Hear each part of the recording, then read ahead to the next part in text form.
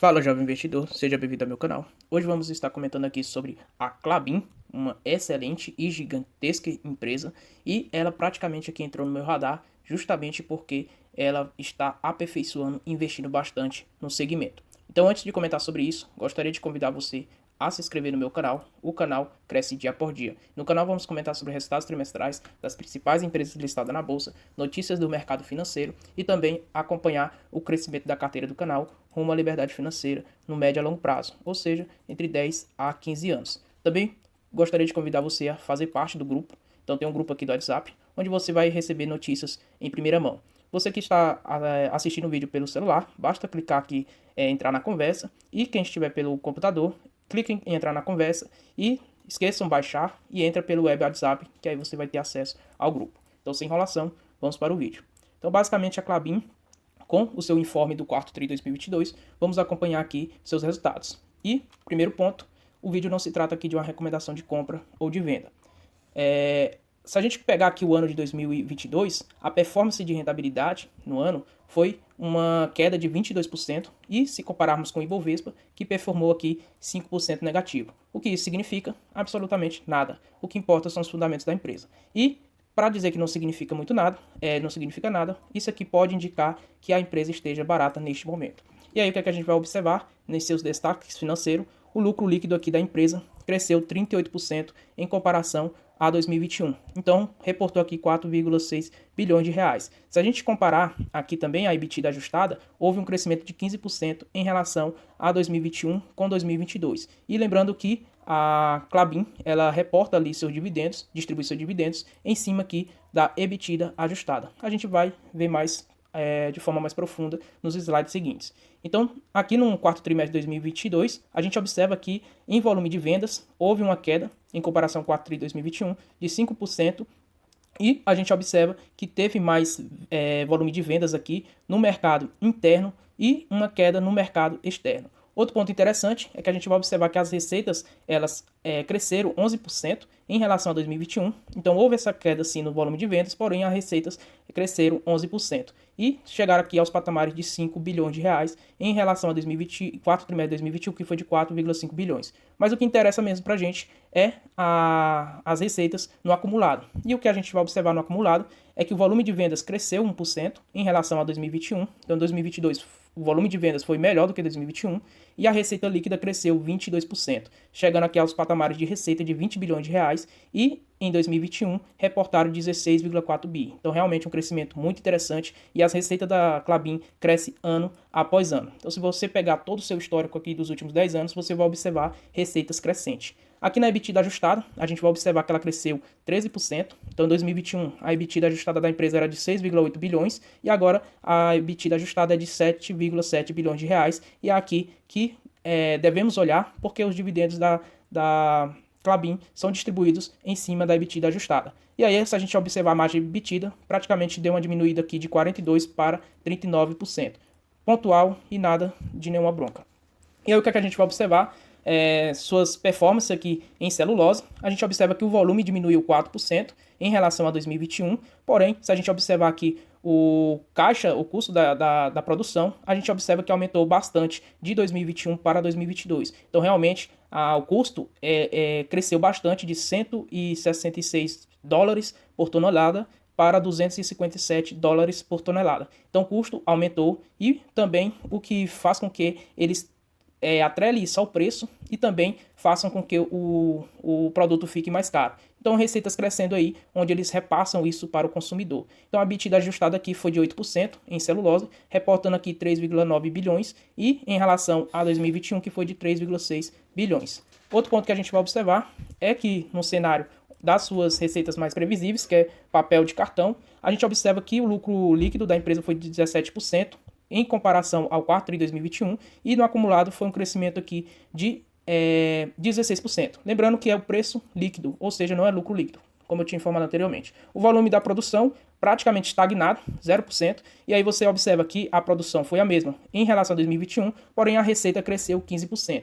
Então, realmente, o reajuste de preço faz com que as receitas crescem, mesmo tendo aqui o volume de produção estagnado. E aí a gente vai observar por que ela vai entrar no meu radar, é porque o aumento da produção de papel cartão e também de embalagens vai crescer bastante e a parte de celulose ela vai ficar estagnada, onde na sua carteira total a exposição em celulose vai diminuir, fazendo com que seus resultados sejam mais previsíveis. E isso é bastante interessante para a minha estratégia de investimento. Então, fluxo de caixa livre aqui, que a gente vai observar, investimento muito forte aqui em relação a 2021. Então, 5,8 bilhões de reais investidos e em 2021 foi de 3,8 bilhões. Outro ponto interessante, a distribuição de dividendos para os seus acionistas foi de 1,6 bilhões de reais no ano de 2022, e aqui a gente desconsidera 2021 e 2020 essa distribuição de dividendos porque a empresa estava impedida de distribuir nesses 2 anos. Só lá para o final de 2021 que ela conseguiu distribuir, e aí ela distribuiu 402 milhões de reais de dividendos. E aí, ponto interessante aqui também que a gente vai observar é a sua alavancagem. Então a dívida da empresa ela é muito alta, é de 21 bilhões de reais líquido, porém a gente observa que o valor bruto é de 27,5 bilhões, em caixa 6,5 bilhões e 21 bilhões de dívida líquida. No entanto, o que a gente percebe é que em relação ao seu fluxo de caixa, isso representa 2,7 vezes a sua EBITDA. Ou seja, significa que a dívida ela aumentou, porém o seu fluxo de caixa também aumentou e até mais do que a dívida, fazendo então com que a margem de dívida líquida sobre a EBITDA diminuísse. Então a gente observa que, no meios práticos, a empresa em menos de 3 anos consegue honrar e quitar todas as suas dívidas com o seu forte fluxo de caixa. E se a gente olhar no seu histórico, lá em março de 2020, a gente vai observar que a dívida da empresa estava muito alavancada a 4,7 vezes a sua margem EBITDA. Então realmente a empresa estava muito alavancada e com a dívida muito alta. E aqui, setembro de 2020 com 4,6,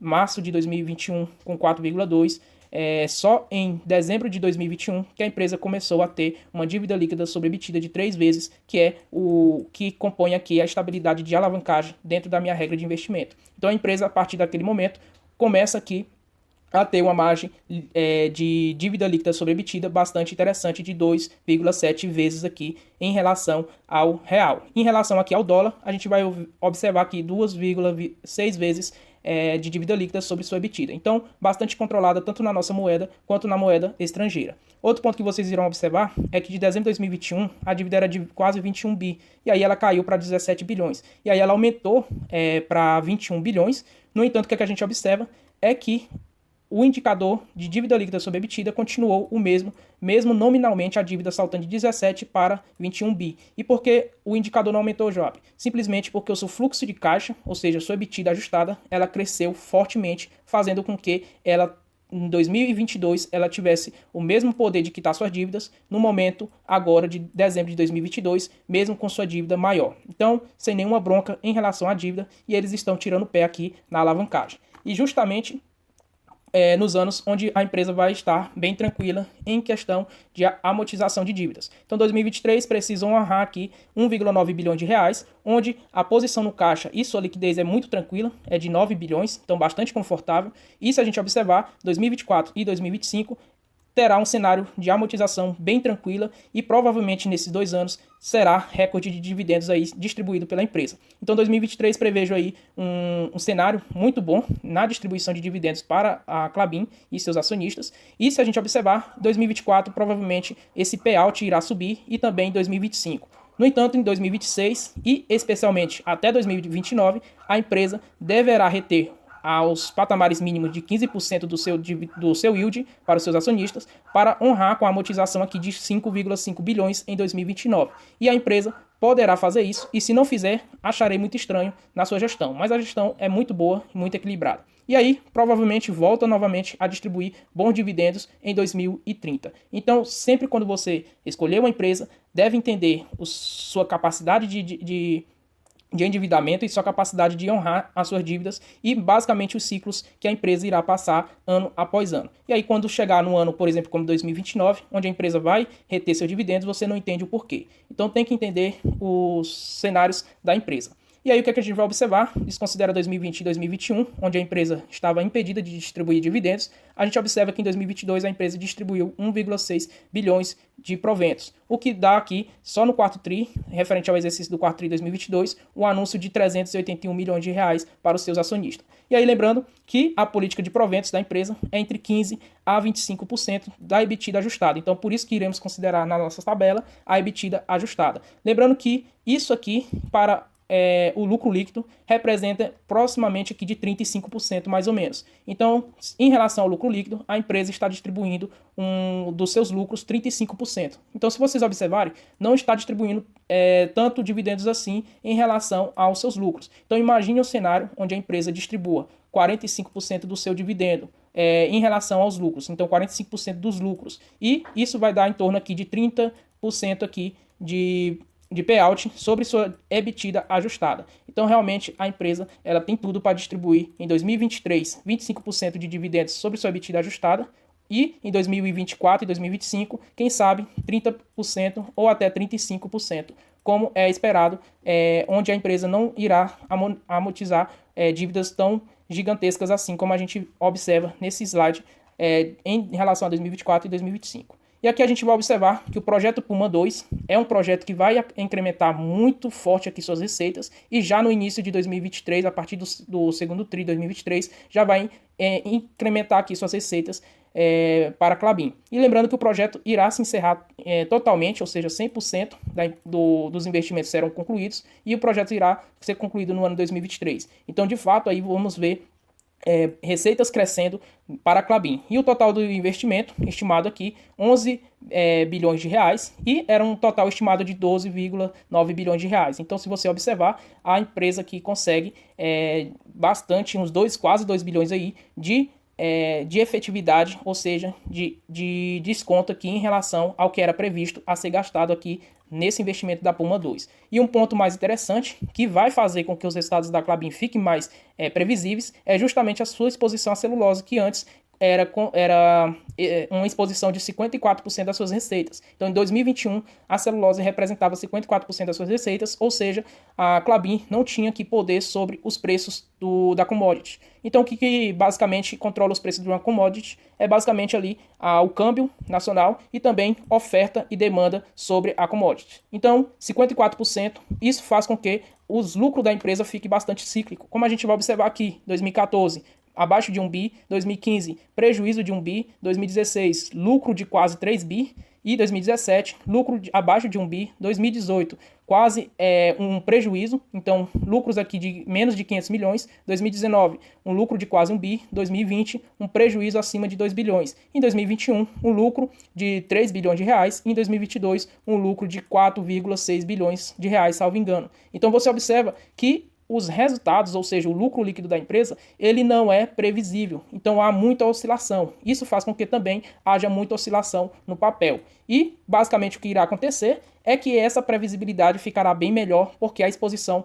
em celulose irá diminuir ano após ano. Se você observar, até 2025 a exposição de 54% cairá para menos de 30%. Então isso vai fazer com que mais de 70% da empresa fique aqui exposto a papéis e embalagens, ou seja, um resultado aqui mais previsível dentro da empresa. Isso faz com que então haja previsibilidade nos seus resultados e para o acionista que busca dividendos, isso é excelente. Então, fazendo algumas previsões, primeiro, em relação ao exercício 2022, com as cotações atuais e com o lucro reportado, a gente tem então PL de 4,35 vezes, ou seja, em 4 anos e alguns meses, você obtém todo o retorno investido na empresa em relação a dividendos, mais a apreciação do papel.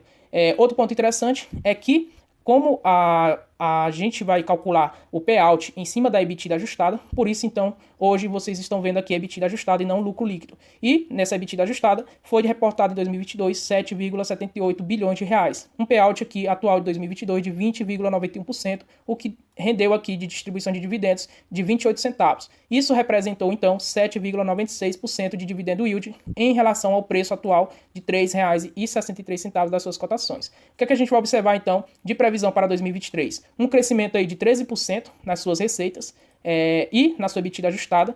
Lembrando que a Puma 2 vai já entrar em 2023, o incremento nas suas receitas, então provavelmente esse crescimento na sua EBITDA ajustada de 13% será ainda maior, entre 15% a, quem sabe, 20% aqui de crescimento. Então vamos considerar, e sermos bastante conservador, vamos considerar apenas 13%. Então será reportado 8,8 bilhões de reais aqui da sua EBITDA ajustada. Isso, considerando o mesmo payout de 20,91%, a gente vai ter, então, dividendos anunciados para os seus acionistas de 32 centavos. E, em relação ao preço atual, será de 9%, então, de dividendo yield sendo distribuído para os seus acionistas. Então, isso mostra que a empresa está muito interessante nesses preços de R$ 3,63. Lembrando que, se a empresa aumentar para 25% o seu payout, poderemos chegar aqui a 11% de dividendo yield em 2023. E lá em 2024 e em 2025, como vocês observaram, a empresa ela vai ter que amortizar uma dívida muito pequena, ou seja, 2024 e 2025 provavelmente eles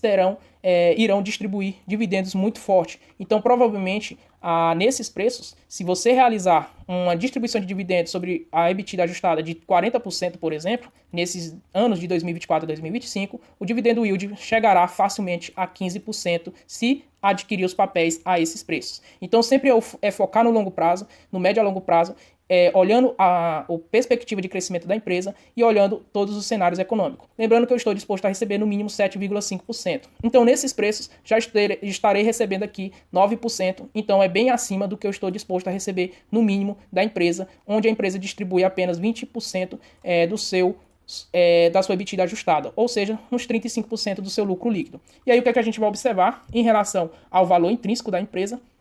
É que a gente vai considerar a média do preço sobre seus lucros e também sobre o preço sobre seu valor patrimonial. E o que vocês irão perceber é que há uma volatilidade muito forte nesses indicadores. E aí, em 2018, por exemplo, a gente vai desconsiderar então esses fatos não recorrentes e também a gente vai tirar uma média e colocar uma margem de segurança ainda mais para baixo, ou seja, uma taxa de desconto. Se você somar tudo isso aqui e dividir depois e tirar uma média, você vai observar que o PL vai dar em torno de 13 vezes. Porém, a gente vai considerar um PL mais conservador de 10 vezes o seu lucro. Então, fazendo isso, estarei aqui sendo bastante conservador, onde 10 vezes o seu lucro o mercado já negociou tanto em 2021, em 2011, em 2011, 2012, 2013, 2014, 2017, 2019, cancela isso aqui, e a partir de então o mercado vem negociando a 9 vezes, 4 vezes e 4,35 vezes. Então, se você observar, o mercado já negociou no mínimo 10 vezes o seu lucro, 1, 2, 3, 4, 5, 6 vezes tranquilamente. Então é um preço que o mercado está disposto a negociar olhando o seu histórico. O preço sobre o valor patrimonial, mesma coisa, desconsidere aqui 2020 e 2021, e aí você vai somar tudo isso aqui e tirar a média, e você vai perceber que vai dar em torno de 2,15 o preço sobre o seu valor patrimonial. Porém, colocando o tema conservador em prática, vamos colocar apenas 2 vezes, então, o preço sobre o seu valor patrimonial. E quando analisamos onde e o ano que o mercado negociou esses preços, a gente vê que foi em 2012, 2013, 2015, 2017, 2018, 2019 e basicamente o mercado precifica o papel 2 vezes o seu valor patrimonial em diversas vezes em seu histórico. Então, são valores aqui consideráveis na fórmula de Benjamin Graham ajustada. Aí vamos considerar o lucro por ação atual da empresa de 84 centavos e o valor patrimonial da empresa de R$ 2,06. Então, voltando para a nossa fórmula, a gente vai colocar tudo aqui e tirar a raiz quadrada. E o que é que a gente vai obter? Um valor intrínseco final aqui de R$ 5,00. Então, a ação basicamente vale o seu valor intrínseco R$ 5,00 e ela está sendo cotada a R$ 3,63, o que nos dá uma margem de segurança de 38%. Lembrando que na minha regra, eu invisto em empresas para o resto da minha vida que apresente uma margem de segurança mínima de 30%. Então, neste momento aqui, a Klabin ela está apta aqui a entrar dentro da minha carteira, caso ela se apresente interessante neste momento, o que é o caso. E além disso, ela apresenta aí margem de segurança em relação ao seu preço teto, onde a gente observou que ela vai distribuir aí 9% de dividendo yield esperado aí para 2023. No entanto, se a gente observar a média que a Klabin distribuiu dividendos nos últimos 3 anos, você vai ter aqui 23 centavos, o que eu estou disposto a receber no mínimo 7,5%, então devo pagar no máximo R$ 3,03. Em comparação às cotações atuais de R$ 3,63, margem de segurança negativa. No entanto, se a gente observar o dividendo projetado, que é de 32 centavos para 2023, eu estou disposto a receber 7,5% de dividendo yield, então devo pagar no máximo R$ 4,27. Em relação às cotações atuais, margem de segurança de 18%. E aí, como faz então para tomar essa decisão? Basicamente você vai olhar aqui e vai eliminar fatos não recorrentes, que é 2020 e 2021, tirar então a soma de 2022, 2023 e 2018, e aí dividir por 3 você tem a média do quanto a empresa tem pago dividendos. E aí então você tem aqui uma projeção de dividendos bem conservadora, onde a empresa pode estar muito alavancada e distribuindo bons dividendos, porém você vai ficar aqui sempre de olho. E aí, neste momento, a empresa ela tem crescido bastante. Os seus investimentos na Puma 2 vai entrar, o que significa que a empresa em 2023 e 2024 deve apresentar alto crescimento, e esse dividendo de 32 centavos, ele então é sustentável. Então, como ele é sustentável, eu utilizaria aqui a projeção de dividendos. Então, preço teto aqui, ok, para a Klabin, e valor intrínseco aqui, ok também. Então, margem de segurança sendo apresentada para os dois cálculos de valuation. Então, basicamente é assim, pessoal, que você deve analisar uma empresa, considerar os cenários econômicos e calcular ali um preço teto e obedecer esse preço teto e também o valor intrínseco da empresa. E aí tomar a decisão. É claro que você tem que ainda acompanhar as questões da gestão e também entender todo o negócio da empresa. Então era isso, pessoal. Espero que tenham gostado do vídeo. Se inscreva no canal, deixa aquele like e até a próxima.